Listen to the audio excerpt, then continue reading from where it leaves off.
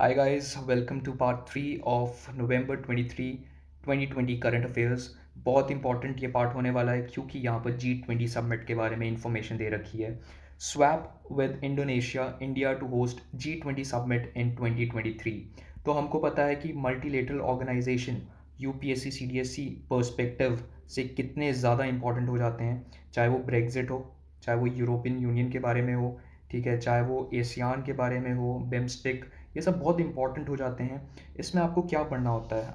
Basic M पढ़ना होता है कि ये मल्टीलेटरल ऑर्गेनाइजेशंस को क्यों बनाया गया है, ईयर देखना होता है, इनके हेडक्वार्टर्स देखने होते हैं कहाँ पर हैं, ठीक है, और रिसेंटली ये न्यूज़ में क्यों थे, क्यों हो सकते हैं, या तो इन्होंने कोई थीम दी होगी, ठीक है, वो थीम को अच्छे से याद करो, या फिर रिसेंटली किसी सिटी या किसी कंट्री में इनकी बैठक हुई होगी, तो वो काफ़ी इंपॉर्टेंट हो जाता है। अब देखते हैं swap with Indonesia India to host G20 summit in 2023।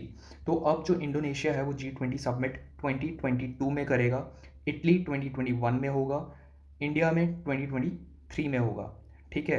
ये बहुत इंपॉर्टेंट है, स्वैप हो गया है इंडोनेशिया के साथ। PM stresses on reforms in multilateral organisation for faster post COVID recovery.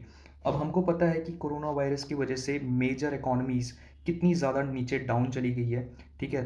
तो एज अ सिंगल यूनिट एक कंट्री को अगर इस चीज़ से बाहर निकलना है तो वो काफ़ी मुश्किल हो जाएगा। तो सारी कंट्रीज़ को एक साथ एक दूसरे के साथ मिलके इस कोविड-19 पैंडमिक के सिचुएशन को डील करना पड़ेगा। तभी पीएम ने इस चीज़ पे बहुत ज़्यादा स्ट्रेस किया है। चलिए आगे पढ़ते हैं। Now India is set to host G20 summit in 2023 instead of 2022। The 75th year of independence, Indonesia will assume G20 presidency in 2022 after a swap with India. तो याद रखना 2022 के बारे में भी आ सकता है, इटली में होने वाला है 2021 में, तो ये सीडीएस के लिए काफ़ी इंपॉर्टेंट हो जाता है, ठीक है। Indonesian foreign minister Retno Marsudi said, adding that the change of plan was agreed considering that Indonesia would also chair the Association of Southeast Asian Nation। ठीक है, ये भी बहुत इंपॉर्टेंट हो जाता है, इसके बारे में पढ़ना, ये आपका होमवर्क है, कौन कौन सी कंट्रीज़ हैं। मैं आपको यहाँ पर एक बहुत सिंपल सा निमोनिक बताता हूँ जिसकी वजह से आप याद कर सकते हैं, that is BPL TV mimics, ठीक है। अब जाके ये जो कंट्रीज़ हैं 10 एशियान कंट्रीज़ हैं, देखो कहाँ पर है, मैप पे प्लॉट करो, और इसी के बगल में एक बहुत इंपॉर्टेंट साइट है that is south China C.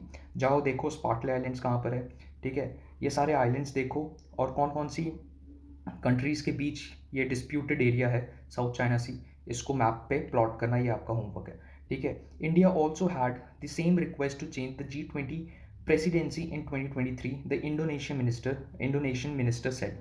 Now we look forward to our next meeting in Italy। देखा, तो in Italy in 2021, Indonesia in 2022, India in 2023 and Brazil in 2024। तो ब्राज़ील 2024 में होगा। अभी इस वक्त 2020 में कहाँ पर हुआ है, ये चल रहा है अभी, दैट इज़ सऊदी अरेबिया, ठीक है। That is the Riyadh summit leaders declaration set. Meanwhile prime minister Narendra Modi reiterated the importance of the reforms in the multilateral organization to ensure global governance for faster post-COVID recovery at the G20 summit hosted by Saudi Arabia. Line mark करो। The agenda of the second day of the summit, theme या agenda बहुत important हो जाता है, तो इस छोटे से पैरा में एजेंडा के बारे में लिखा गया है।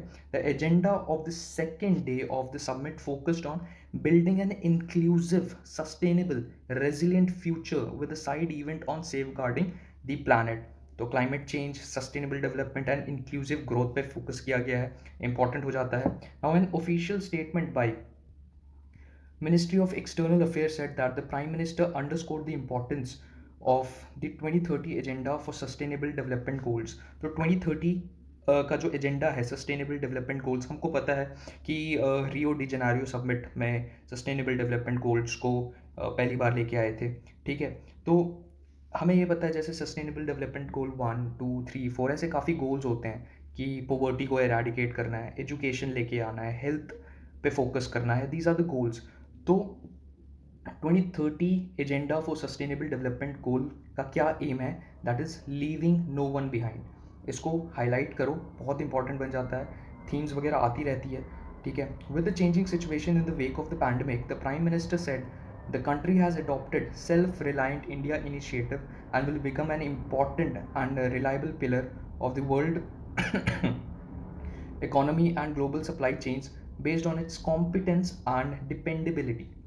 Now, at a global level, India also took the initiative of establishing institutions such as International Solar Alliance.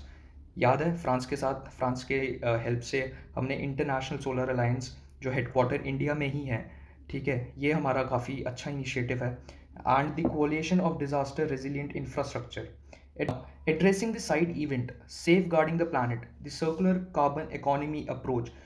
Modi said India is not only meeting its Paris Agreement targets but also exceeding them. Reiterated the importance of the reforms in multilateral organization to ensure better global governance for faster post COVID recovery, Modi tweeted. Now, Chinese President Xi Jinping said the G20 countries should take the lead in tackling climate change, follow the guidance of the United Nations Framework Convention on climate change and push for full and effective implementation of the Paris Agreement. A G20 declaration said the leaders are committed to leading the world in shaping a strong, sustainable, balanced, and inclusive post COVID 19 era. On terrorist financing, the G20 declaration said we support the anti money laundering, counter terrorist financing policies. तो ये FT financial action task force 1989 में बना था, ये भी काफ़ी ज़्यादा important हो जाता है, तो देख लेना एक बार इसके बारे में भी. Okay, now addressing the side event, safeguarding the planet, the circular carbon economy approach. Modi said India is not only meeting its Paris Agreement target but also exceeding them. CDS के perspective से Paris Agreement important हो जाता है. Now question आ सकता है Paris Agreement deals with what? So answer है climate change. ठीक है, तो पढ़ लेना, ठीक है, इसको देखना, पेरिस एग्रीमेंट के बारे में पूरे अच्छे से डिटेल में पढ़ना, ठीक है, कौन कौन सी पार्टीज़ हैं, यूएस ने इससे विड्रॉ कर लिया था, क्यों किया था, वो इंपॉर्टेंट हो जाता है. ठीक है, आगे देखते हैं. Reiterated the importance of reforms in multilateral organisation to ensure better global governance for faster post-COVID recovery, Modi tweeted. Now, the Chinese President Xi Jinping said the G20 countries should take the lead in tackling climate change, follow the guidance of the United Nations Framework Convention on Climate Change, and push for the full and effective implementation of the Paris Agreement. ठीक है, कल south America पढ़ रहा था तो वहाँ पर parrot की स्पीशीज़ कुछ पड़ी थी, तो वही पैरिस की जगह पैरट निकल गया. Alright, now a G20 declaration said the leaders are committed to leading the world in shaping a strong, sustainable, balanced, and inclusive post COVID 19 era. On terrorist financing, the G20 declaration said that we support the anti money laundering, counter terrorist financing policy responses detailed in FATF's paper, that is Financial Action Task Force. एक multilateral organisation है जो कि terrorist financing money laundering से deal करती है. Recently Pakistan को grey list पे रखा गया है, ठीक है, 1989 में ये बना था, तो बहुत इंपॉर्टेंट हो जाता है मल्टीलेटरल ऑर्गेनाइजेशन, ठीक है, CDS के पर्सपेक्टिव से. आगे देखते हैं. And reaffirm our support for the financial action task force as the global standard setting body for preventing and combating money laundering, terrorist financing and the proliferation financing. अब थोड़ा G20 के बारे में पढ़ लेते हैं. ऑलराइट, अब थोड़ा G20 के बारे में पढ़ते हैं. G20 इसका फुल फॉर्म होता है group of 20. Now, what is G20? The G20 is an international forum that brings together the world's 20 leading industrialized and emerging economies.